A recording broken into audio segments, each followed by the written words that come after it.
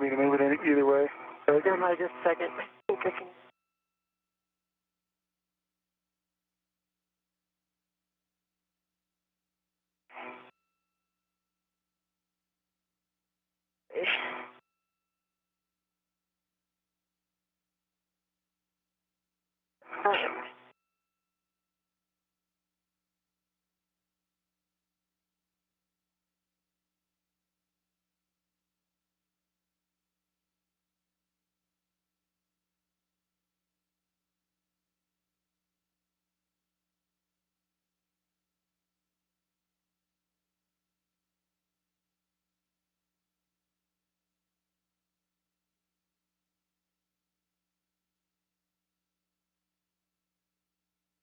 Can you get to that buckle to loosen this one I have in my hand? Yeah. Yes.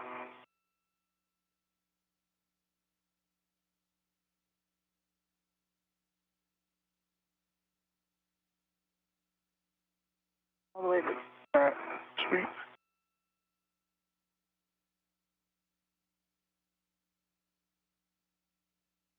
Done.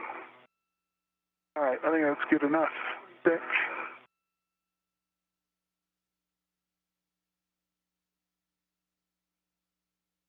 You just tether this inner one over to the side, and I think that'll help hold in the side. Yeah. Then come out.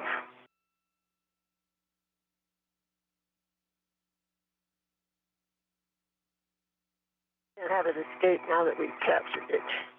Yeah. Okay. Wait a minute, did you tether it to the fish stringer? It's tethered to an internal rat. Okay, good. Or a rat on the inside. Gotcha. Okay. It's not as compressed as I wanted it, but we could work on it some more if you want. no, I don't think it's the time. It's more energy than required. Okay. Very nice work. Get this off. Keep Oh, yeah. Oh. Very nice work, both of you. So, Peggy, you can get that stowed onto your BRT, and Shane, you can move back forward to the MDM site to retrieve the MDM, and we would like a WVS survey. Hopefully we'll have a little sunlight when you get there.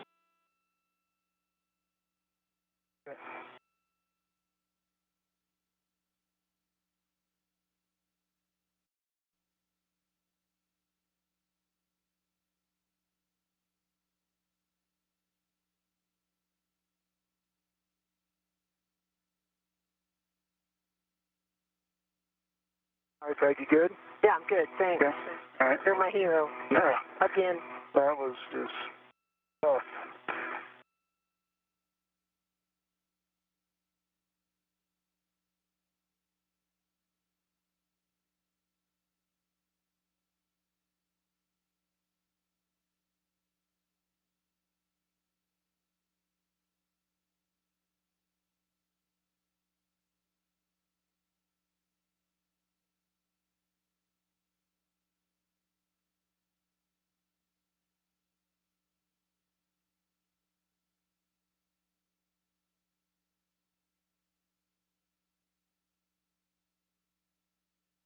Okay. Got my BRT on, my red on. I just have to remove the last adjustable.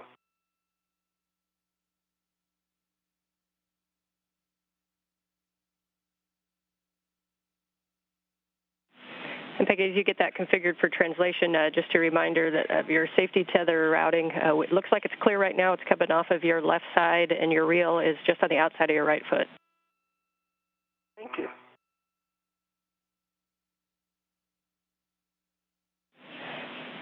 And Shane, a reminder to pick up your green hook on the way, and if you could cycle your WVS.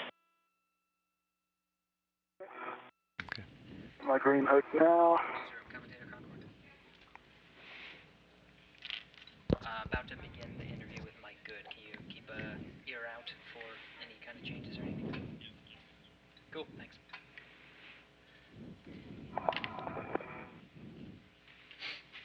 Yeah, green lights on the WVS, and Copy, we have your WVS back. Thanks, Shane.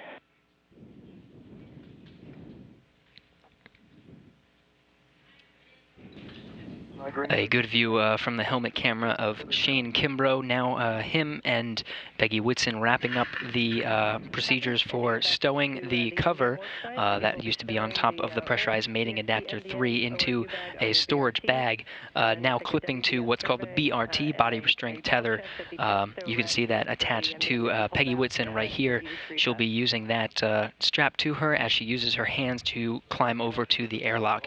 In the meantime, Shane Kimbrough will return to his former work site over where the Epic MDM or the new processor was installed, and grab the stowage bag where the old processor was installed, bring it back to the airlock, and they'll begin together working hand in hand on the next procedures.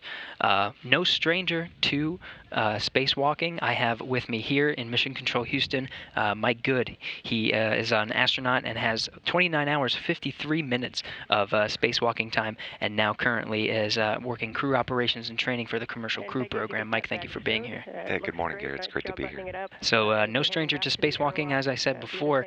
You've done a couple spacewalks here, well, by here, I mean on the International Space Station, but also on the Hubble Space Telescope. Can you tell about the difference between the two, spacewalking in those two different places? Yeah, it was very different. And what a great opportunity for me. I had 2 flights, and I got to go to 2 different destinations. So I got to go to the Hubble Space Telescope and the International Space Station, which was really special for me. And I got to do spacewalks on both missions. So for Hubble, it's kind of like going out in the garage, you know. So we went up and grabbed Hubble, brought it down into the payload bay of the space shuttle, and we did our spacewalks there. We went out the airlock of the space shuttle and into the payload bay, and so you sort of like just going out and working in the garage. All your tools are out there, all the equipment's out there, the telescope's out there, and you're just kind of climbing around. Copy, Shane. The view is still spectacular. You know, as I came out the airlock for the first time, and I'm looking out the payload bay, it's pointed toward the Earth, so I just got a great Earth view as I went out to work. Really, for the rest of the time, though, you're so focused on about 3 or 4 feet in front of your face that you don't get to enjoy the views as much. And a lot of times we were actually inside the telescope. Yeah, so we went over, translated over to the telescope, opened the doors, and went inside to work on it. The space station, completely different. This is like going out into the neighborhood. You know, there's our spacewalks were out at the very end of the P6 truss. We were working on replacing batteries out there for the most part, and that was about a 20-minute commute to work. So it was very different from working out of the space shuttle, and obviously working out of the ISS. And Shane, the picture we're getting is a little bit dark. The so we'll just take the airlock there. So we left the space shuttle, came across into the space station, actually slept in the airlock the night before at a reduced pressure to help us with some of our pre-breathe protocol, and then went out that airlock, and so 2 very different experiences, but both really exciting. Definitely. Now, I like how you kind of compared the Hubble to more of a garage setting, just because based on distance, right? You have everything there, and your workspace is there, but it's much more enclosed too. You know. Yeah, and then going to the P6 truss, which, if you're imagining the International Space Station, you got the solar panels out there. You're going all the way out to the ends. A 20-minute commute. Actually, just last Friday, they replaced light on what's called the CETA cart. Is that something that you actually used? It's kind of like a rail cart or mining cart to take stuff over to the truss, or did you have everything you need? Yeah, we did not use the CETA cart. We actually flew up this pallet full of batteries. We had 6 batteries on a big pallet in the payload bay of the shuttle. They reached into it with the robotic arm, grabbed it out of there, and then reached out the arm as far as it could reach, and kind of presented those batteries to us out there at the work site. It was still a little bit short, so we had to take the batteries off the pallet and then sort of inchworm them down the last little bit of the truss to get them into their final resting place there. That's awesome. So, okay, so on Hubble, you have 15 hours, 58 minutes of spacewalking time, and on the space station, 13 hours, 55 minutes. Awful lot of spacewalking time there. Can you talk about fatigue? What the astronauts are probably going through right now, being an hour and 44 minutes on a 6.5-hour scheduled spacewalk. What's about your level of fatigue? I'm sure it varies, but for at least this point in the EVA. Yeah, at this point you're probably still feeling pretty good. You've got a little bit of water in your drink bag. So you're in that suit for anywhere from 8 to 10 hours, going all the way back to when you suit up, put the helmet on, pressurize up inside the space station before you go out, and there's no food in there, and you have just a quart of water. So you have a drink bag that's actually kind of velcroed to your chest in this kind of a thin bag, and then there's a straw that comes up into your helmet with like a camelback bite valve on it. So you just kind of reach down on that, grab a hold of it, and bite it, and you can drink your water. But I mean, a quart of water for a whole day, basically, and you're out there working, and you're sweating at times and working hard. So that's long gone by the end of the EVA. Probably about now they still have some water left. They're doing okay. You have the kind of the adrenaline rush of getting ready and going outside, but you sort of get tired from your fingertips up. Working in this suit, it's a pressurized suit at about 4.5 pounds per square inch of pressure. So every time you move, you're moving against the stiffness and the pressure of the suit, including your hands and your gloves. So every time you try to pick something up, it's like squeezing a tennis ball. And then if you have to operate a tool like squeezing a power tool or something, it's just more work. So you sort of get tired. Your fingertips, your forearms, all the way up your arms, the core of your body gets tired. So it's really it may not look like it. It may look very comfortable floating in space. How hard could it be, right? But operating inside the suit, because you're out in the vacuum of space, makes it a challenge. That's right, and we're seeing that a lot now on this EVA. Looks like Shane Kimbrough now returning to the airlock and stowing away the ORU bag. He was just working a task, like you said, with gripping a pistol grip tool and also helping Peggy Whitson to stow a bag in. A lot of everything's with your hands, right? Everything is, you're putting the bag in, and then every time you have to move, you don't use your feet, you use your hands to crawl from place to place. So just out of curiosity, do you remember about when during your spacewalk you ran out of water? No, I don't, but it was probably in the first half for sure, maybe in the first 2 to 3 hours. Definitely. I mean, and you saw that Peggy and Shane had to work together just to kind of wrestle all those things in that bag. I mean, you think a very simple task like packing your bag, but it took the two of them just because everything's floating around, all the straps are floating around, and it's a very work-intensive thing just to get everything strapped in there and make it safe to translate back to the airlock. That's right. Now, besides being an astronaut, you also have responsibilities currently right now for the commercial crew program, crew training and operations. Part of this EVA today is outfitting and getting the pressurized mating adapter ready for commercial crew to eventually come. We just saw Peggy Whitson connect some of the cables to provide heating and power to the pressurized mating adapter, and they removed the cover. On top is going to be the International Docking Adapter. We have one right now on the forward end of the space station, International Docking Adapter 2. The third one is coming at the end of the year, this year or beginning of year next. Can you tell us a little bit about the training that the commercial crew astronauts are going through right now to prepare for entering PMA and docking? Mm-hmm. Yeah, so this is really exciting for us to watch the station hardware come together and get ready for us to bring a vehicle up to, a commercial crew vehicle up to the station. Launched again from the United States, from down in Florida, with our crew to get our crews up to the International Space Station and add to the crew complement up there right now. Our vehicles can carry 4 people. We have contracts with both Boeing and SpaceX, and that will increase the size of the ISS crew currently from 6 to 7.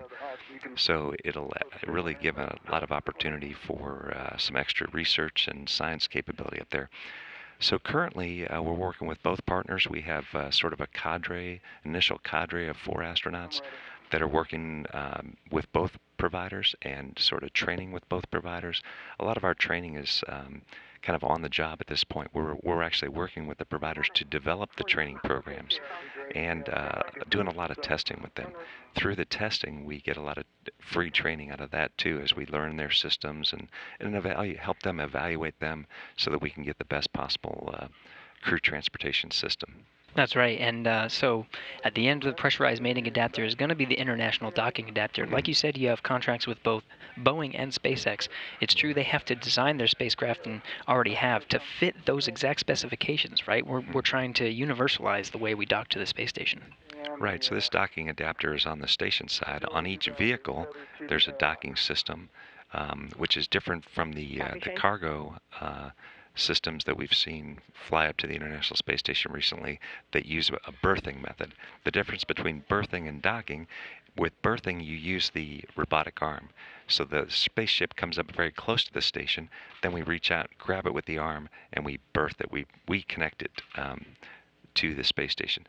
These vehicles will dock, which means they come in autonomously, no touching, and they just they drive right in very slowly at a very controlled pace. But and then they make that connection. So on the vehicle side, they'll have a docking system that will connect up with this, and so you can imagine the amount of testing and things that have to go on here on the ground to make sure those things go together before we get up in space. We don't want to try it up there for the first time. That's right.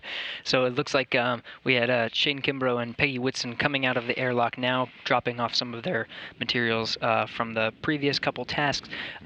You said you came out of the space station airlock. Can you talk about what it was like to first come out? Like you said, you know, you're talking about working at a couple feet in front of you at any given time, but did you have a chance to kind of look down and look at the Earth below? I did. You know, we train in the Neutral Buoyancy Lab, which is a huge pool here at the Johnson Space Center, 40 feet deep, 6 million gallons of water. All the modules are down there, so we can, you know, we wear our spacesuits. It's a great way to train, so that when you get up there, everything seems familiar. As strange as that may sound, you know, I've never been to space before, but you're up there, you're coming out for the first time, but everything kind of looks familiar because you know where things are. Unfortunately for me, the first time I came out of the International Space Station airlock, it was dark. It was night, like it is now, or they're just coming out of darkness now, and it's such a difference from daylight to nighttime, and you're going around the Earth once every 90 minutes or so.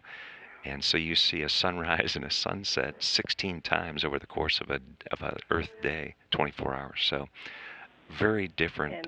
So I came out at night, and I was kind of I came out together with Steve Bowen, my spacewalking partner, and he made sure I was out okay. And then he went off to do his task, and I was sort of left there gathering up some things. And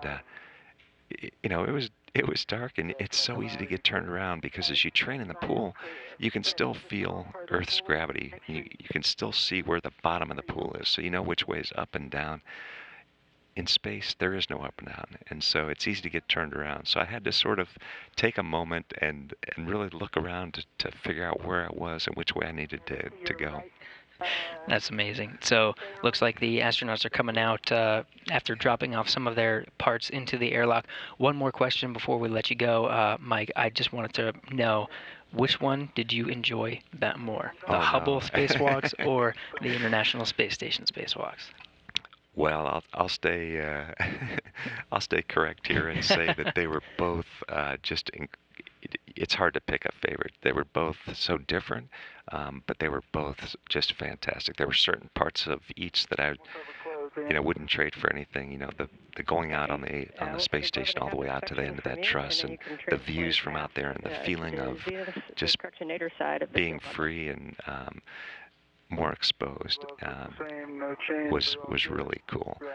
But to be a part of the Hubble team though too, and to do the work that we did to enable putting in new cameras and spectrographs to all the science that's come down since we worked on it, that's pretty rewarding too. So those were great memories. And we definitely thank you for all the work you've done on both the International Space Station and the Hubble telescope. Mike, thank you so much for coming and talking a little bit more about your experience spacewalking. Again, I'm sure we can get into the minds of the two spacewalkers today, but also introducing us a little bit more to the commercial crew program and what we're doing today to outfit for these vehicles of tomorrow. Mike, thanks again for coming. Well, thanks, Gary. I really appreciate it. I just wanted to say that it's such a privilege to be able to fly in space, and to be able to come back and share some of the stories is I think is really important. So thanks for having me. Absolutely, Mike. And going back to our astronauts aboard the International Space Station now, looks like they are going to get the shields. That they'll grab those shields and put them on the port side of the Node 3 Tranquility module, where the pressurized mating adapter used to be. Now the beginning of that task that they'll be starting to do together. Copy. Still, it keeps getting hung up on the head. Get out of there.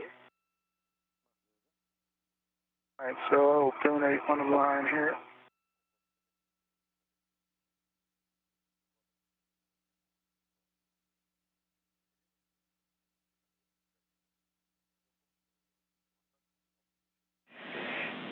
And so when you take that AET, Shane, you're going to, from your MWS, a reminder, you'll put it through the tether loop and hook it back to itself on the ring, leaving one hook free. That's that. Working in nature.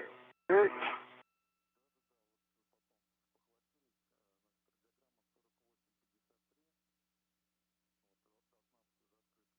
Work on this.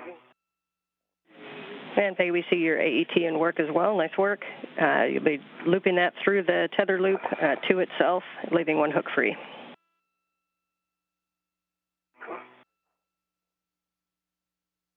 All right.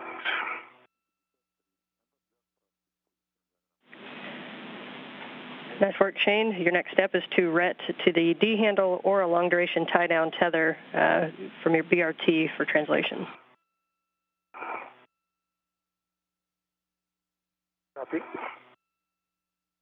Yeah, I've made it now. I'm going to take it off my workstation.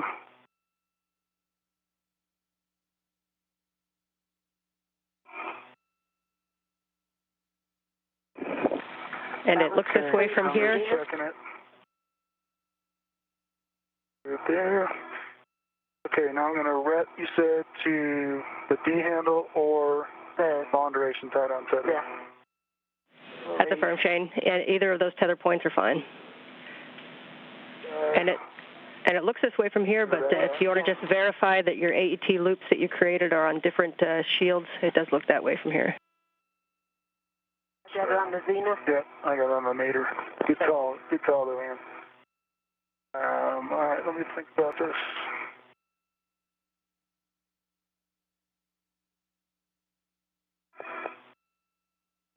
You could leave this AET on there, and then you could ret to here if you want. How about this? Yeah. Just ret to the... Oh, yeah, that's fine. That's So, fine. man, I got a red on the long duration tie down tether point. Copy, that's a good config. Is that okay? Okay. Yep, so the next thing we're going to do is... Yep, well, the next thing we'll do is stow that on Shane's BRT. So when you're ready, Peggy can release that AET that's in your hand. Reminder that you're going to reclaim that on your mini workstation. And Shane, you'll be releasing that AET on the bottom of the bundle and reclaiming that onto your mini workstation as well. Okay. I'll let Peggy do hers first. Yeah, you may have to do yours because mine has no slack. And all right. See if I can get a little bit. At least give me a little. And you may be able to bias the shields to one side or the other to get some slack on those hooks. All right, let me go first then. All right, go ahead.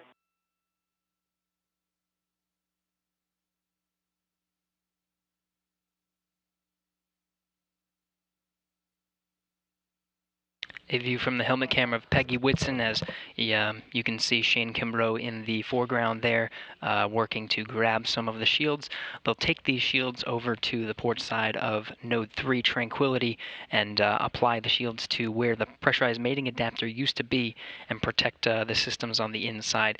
These are procedures that were practiced beforehand, as we just had astronaut Mike Good talk about going through these procedures, and almost to the point where it becomes muscle memory in the neutral buoyancy laboratory.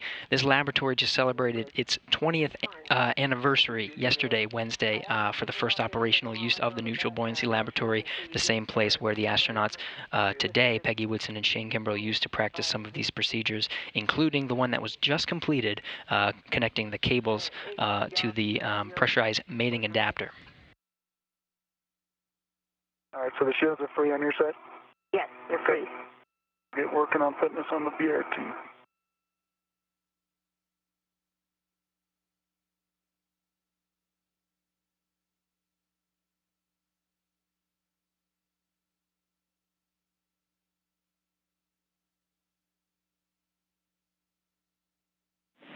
Shane, be advised as you BRT to the curved side of the D handle that it's helpful if you go at a 45-degree angle, and you may not see your paddles go fully out, but you should still remain secure.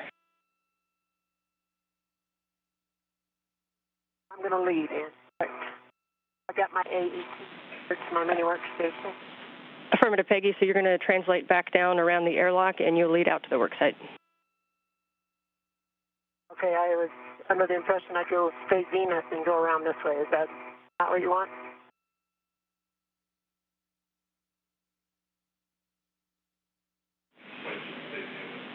You could stay zenith. That's fine, Peggy.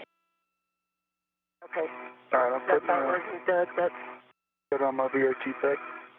okay. And you want to go out. That so.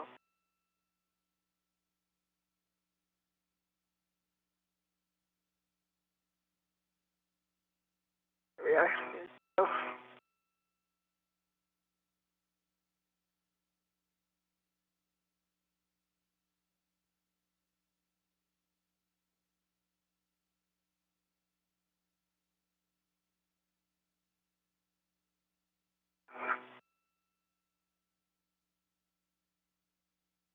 All right, looks like you're clear there. I'll start translating. And Shane, can you confirm you did reclaim the AET that was used for stowing on your MWS? Correct.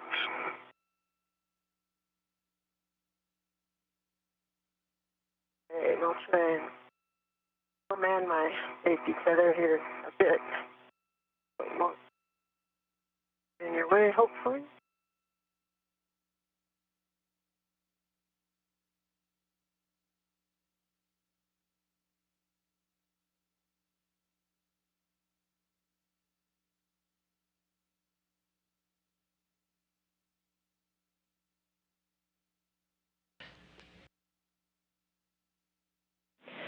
As you translate, a couple of cautions to read to you. First is to avoid contact with the Node 1 Cetalite, which will be on the port side of the aft side of Node 1 as you come around. Maintain tools, including safety tether and cable, clear from the CBM sealing surface when we get out there. And again, you cannot use the CBM pedal covers as handholds. Okay. All right, Shane. I got you. As you come around Node 1, we'll go zenith around the aft end cone, and then port onto Node 3 via that gap spanner, and we can try to tighten that gap spanner on the way out.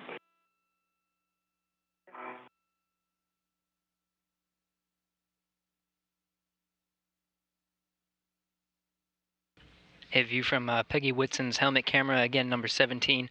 We're hearing instructions from Ann McLean, the ground IV here in Mission Control, Houston, reading off some caution warnings as they translate. Just another fancy way of saying move to the location. Both of the astronauts have their shields in hand. These shields will be used to cover up the port side of Node 3 Tranquility. This is where the pressurized mating adapter used to be. These caution warnings are just to make sure they are translating or moving properly without hitting any sensitive equipment. We now just passed the 2-hour mark of our spacewalk today, 2 hours, 3 minutes and counting. Again, the official start time of today's EVA was 6:29 a.m. Central Time.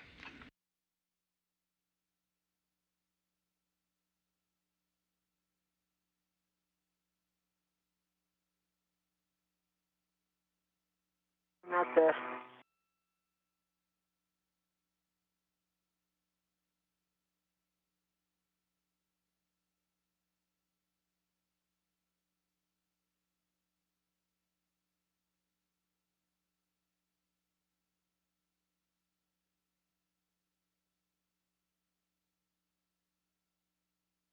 As you come under that light, Shane, I recommend you keep your body parallel, kind of parallel with the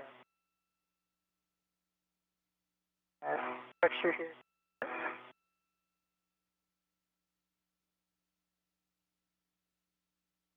Good.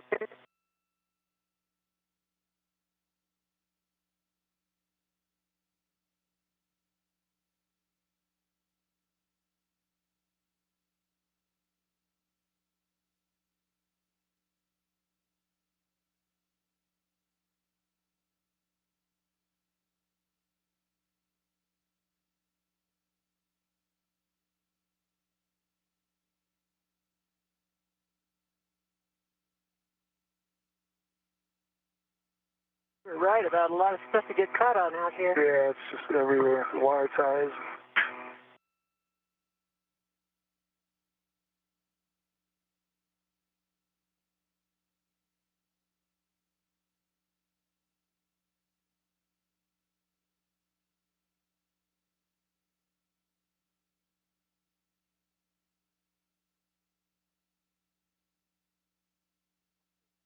Hey.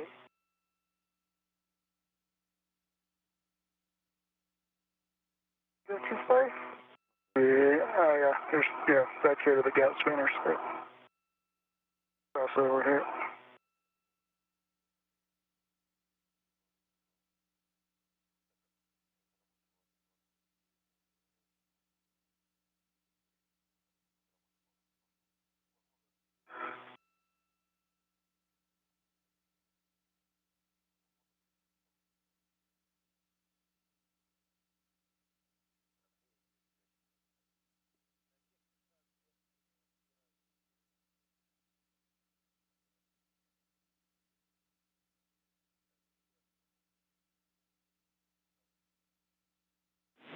A reminder, Peggy, as you get down that gap spanner, you need to go one more handrail path, nadir. That one there is the dead end path.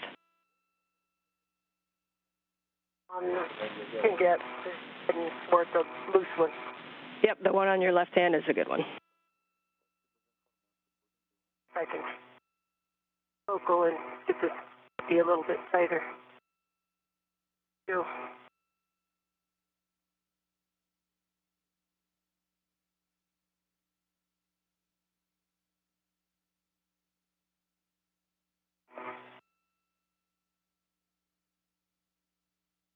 Hearing handrail instructions from the ground IV here in Mission Control Houston, and McLean relaying information to Peggy Whitson and Shane Kimbrough on the outside of the International Space Station now. Tricky business moving from the airlock to the work site where the pressurized mating adapter used to be located. In tow now they have axial shields. They are they're fabric covers that will be going over on the outside of Node 3. There's 4 different shields to put on the outside that they have in tow now, and are now translating over to that work site. Here they are folded up. They retrieved those from the outside of the airlock, now clipped to what's called a BRT, body restraint tether. You'll hear that acronym quite a bit. And now moving over to that location. Again, here in Mission Control Houston, We're looking at Flight Director Emily Nelson leading the teams here today. The Orbit 2 team is what we call the teams now. Standing up next to her is Steve Bowen. He's the Capcom communicating with the astronauts in the inside of the International Space Station. To his right, in the pink jacket, Anne McClain. She's the voice you're hearing from the ground here, relaying information to our 2 spacewalkers outside today. Again, our 2 spacewalkers are Shane Kimbrough. This is the 6th spacewalk for him, totaling 31 hours, 56 minutes of spacewalk time. The 8th for Peggy Whitson. She just broke the record for most number of spacewalks by a female astronaut, surpassing Sunny Williams at about the 4-hour, 23-minute mark. She will surpass the total cumulative time by a cumulative spacewalking time by a female astronaut, 5 hours, 40 minutes. 50 hours, 40 minutes. Thanks. Well, grab both of them when you pull, or it'll pull it right back out. Okay.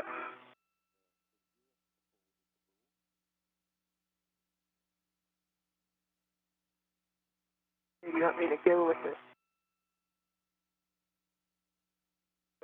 Either of this.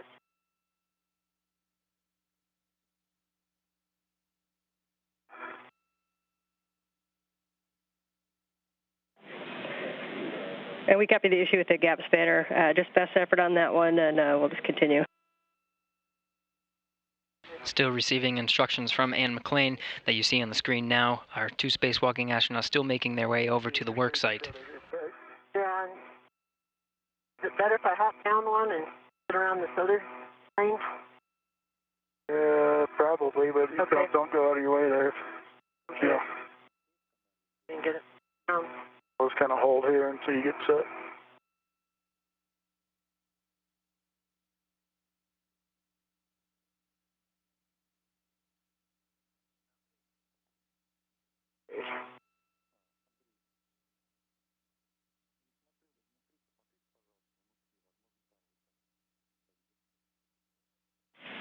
And Peggy, we see you getting to the node 3 end cone.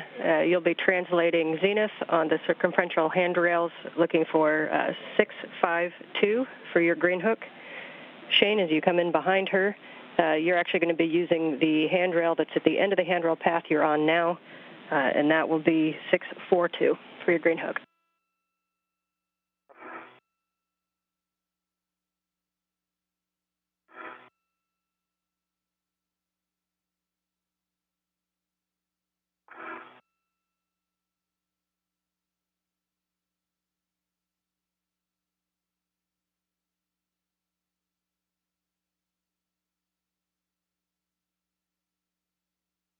A short loss of video communications. We should be regaining communications with the International Space Station momentarily.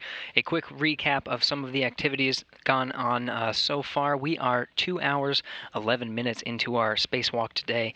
Astronauts Shane Kimbrough and Peggy Whitson already through the first of their tasks. Shane Kimbrough started off at the S0 truss. That's the backbone of the International Space Station. He was switching out a computer processor there for a brand new one with upgraded processing power, memory, and an Ethernet connection. He connected that, and everything's looking good on that end. On the other side of the space station, Peggy Whitson went over to the pressurized mating adapter, its new location after being relocated on Sunday by robotics officers on the ground, relocating it from node 3 over to node 2. Node 3 is where they're heading over right now to cover up the spot where pressurized mating adapter used to be.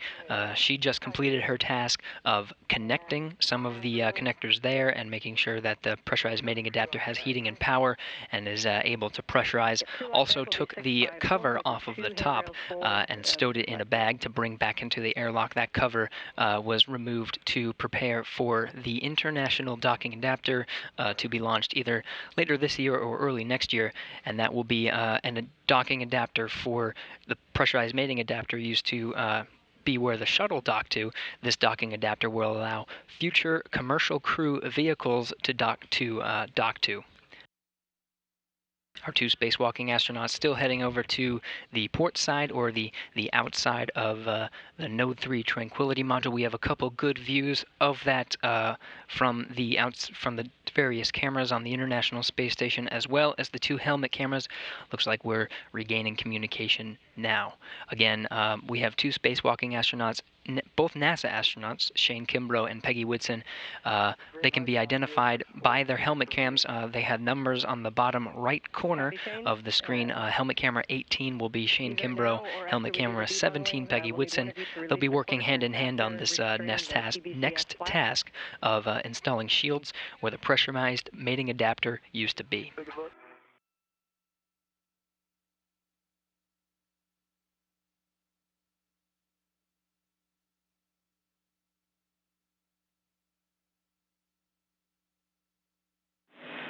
And that flap on the CBCS is open to the aft side, so it should be directly aft on the center disc cover.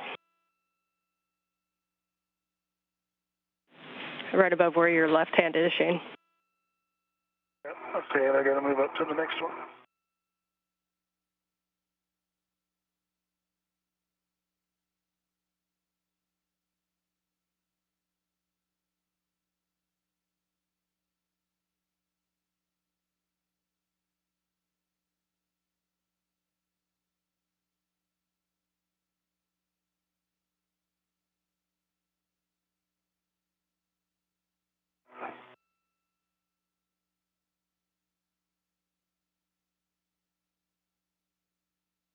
That's complete, Ann. Local down. And copy the CBCS flap. We see that. We'll take a glove and a Happets check for both of you. AV1 gloves are good. I have. Okay.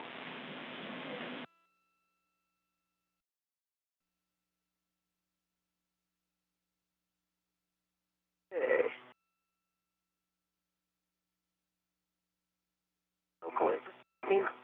Far. Get the bag onto the 0654 and large small out of there. Copy. The crew lock bag is stowed on 654, and so we'll take a glove and a hap check from you as well, Peggy, and then we'll position to debundle. Okay. App is dry. Change on the glove. Okay, copy. So we can position for the debundle. I see you moving the bundle into position between the two of you.